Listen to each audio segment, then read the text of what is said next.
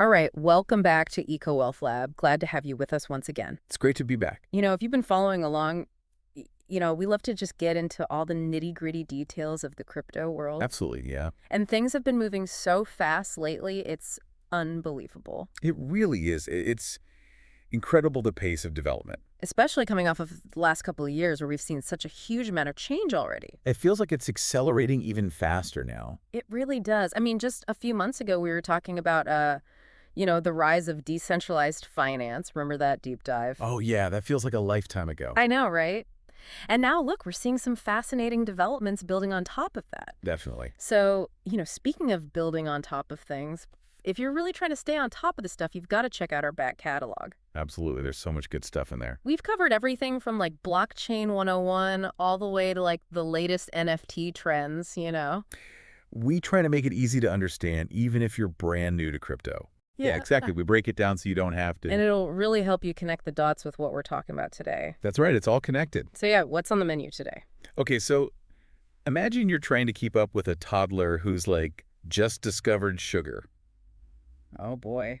That's what the crypto news cycle feels like these days. It can be overwhelming, that's for sure. But don't worry, we've done the hard work for you. We've braved the storm. We've sifted through all the noise. Emerged with the nuggets of gold. We're talking about the game changers, the stuff that actually matters, Exactly. We want to give you the signal, not the static. That's right, the things that could actually impact how you see and interact with the crypto space. That's the goal.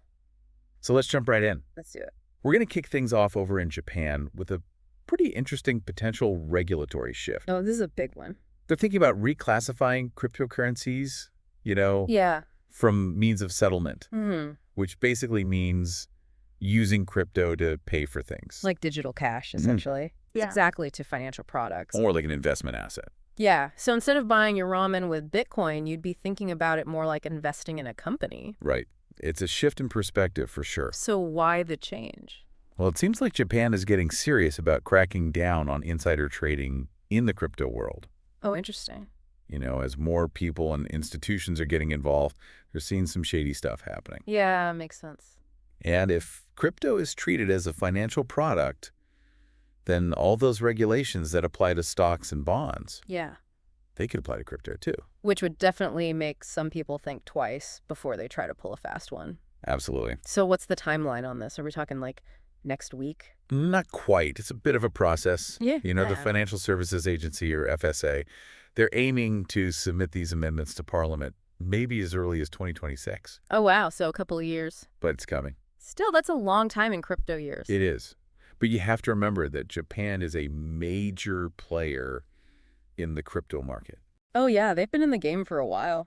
They have over 30 licensed exchanges, and a big chunk of global trading volume is in yen. So whatever they do, it's going to have ripple effects around the world. Exactly. Other countries will definitely be watching to see how this plays out. Yeah, especially those who are trying to figure out their own crypto regulations. Absolutely. This could set a precedent. But here's where it gets really interesting. Okay, I'm listening. They're talking tough on insider trading, but they haven't actually spelled out what that means in the crypto context. Right. It's still a bit of a mystery. Like, what exactly will count as insider information? Yeah, will it be like leaked news about a big exchange listing? Or something totally different? And what kind of penalties are we talking about? Slap on the wrist or something more serious? We'll have to wait to see. Yeah, it's a bit of a cliffhanger right now. Definitely something to keep an eye on. For sure. Okay, now for something completely different. Hit me. Get ready for this one. The Trump family is getting into Bitcoin mining. You're kidding. I'm serious. Eric Trump and Donald Trump Jr. have launched a new company called American Bitcoin.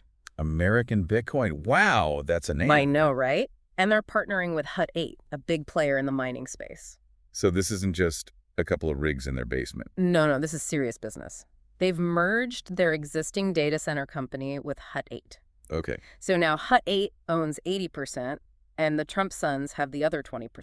That's a pretty big deal. And their goal is to become the world's largest and most efficient Bitcoin miner. Wow, they're not messing around. Nope, they want to be the top dog. And they're starting with a pretty solid foundation, too. Oh, yeah, Hut 8 already have like 61,000 mining machines and 11 data centers all across the U.S. 61,000 machines. That's insane. It's a huge operation, and Eric Trump is going to be the chief strategy officer. So he's really involved. Yeah, and they're talking about building a Bitcoin reserve, so basically holding on to the Bitcoin they mine instead of selling it right away. Interesting.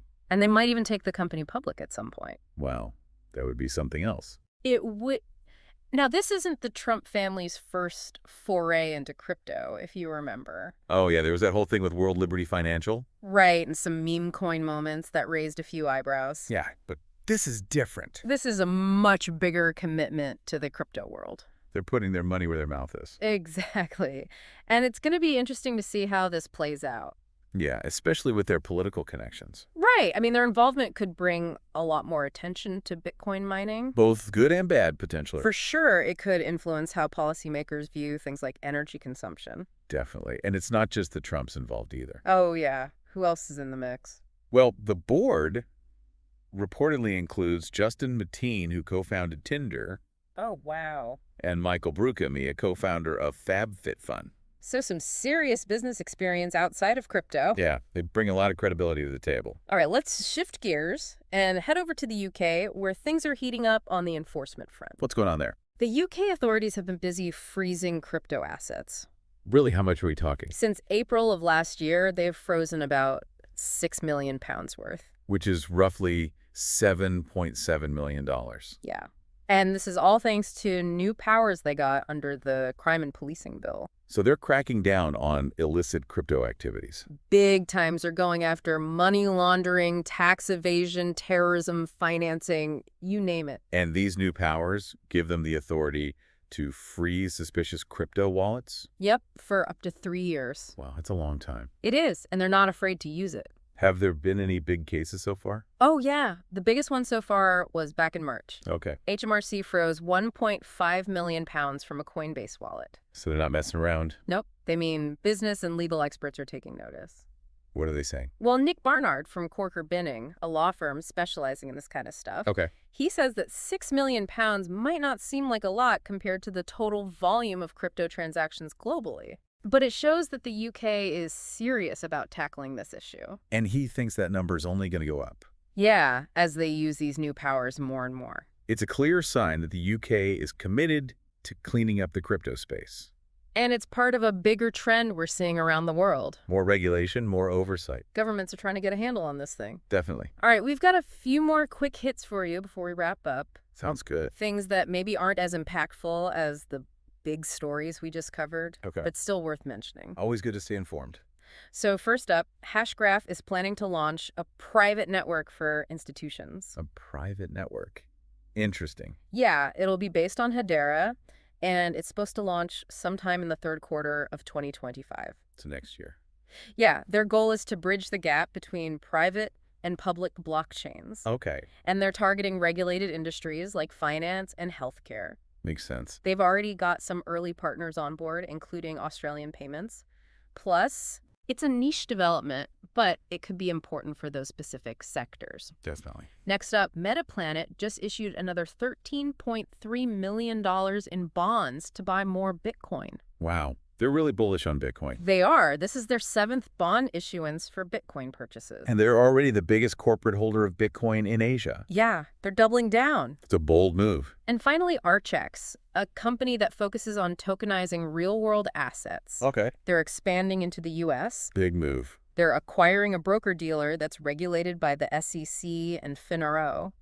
So they're going to be able to offer their services within the U.S. regulatory framework. Exactly. It's a big step for the Yeah. tokenization space. For sure. Oh, and we did see Bitcoin dip below $83,000 recently. Yes, the volatility continues. But that's just par for the course in the crypto world. Exactly. Ups and downs are to be expected. We don't see it as a major sign of anything changing fundamentally. At least not for the purposes of this rapid-fire update. Right. So there you have it. A whirlwind tour of the crypto news cycle. It's been a wild ride. It has, and it just shows how dynamic this space is. It's constantly changing. But that's what makes it so exciting. It's never boring, that's for sure. So what do you think is next? That's the big question, isn't it? We've seen increased regulatory scrutiny in major markets like Japan. We've seen big names like the Trumps entering the industry. And we've seen Governments getting more serious about cracking down on illicit activities. So what's the next big turning point for crypto? And how will it impact you? That's what we want you to think about, It's a question worth pondering for sure. because the future of crypto is being shaped right now. And we're all part of it. So stay curious, keep exploring. And join us next time for another deep dive into the crypto world. Until then, keep those digital wallets safe. And your mind's even safer. See you later. Take care.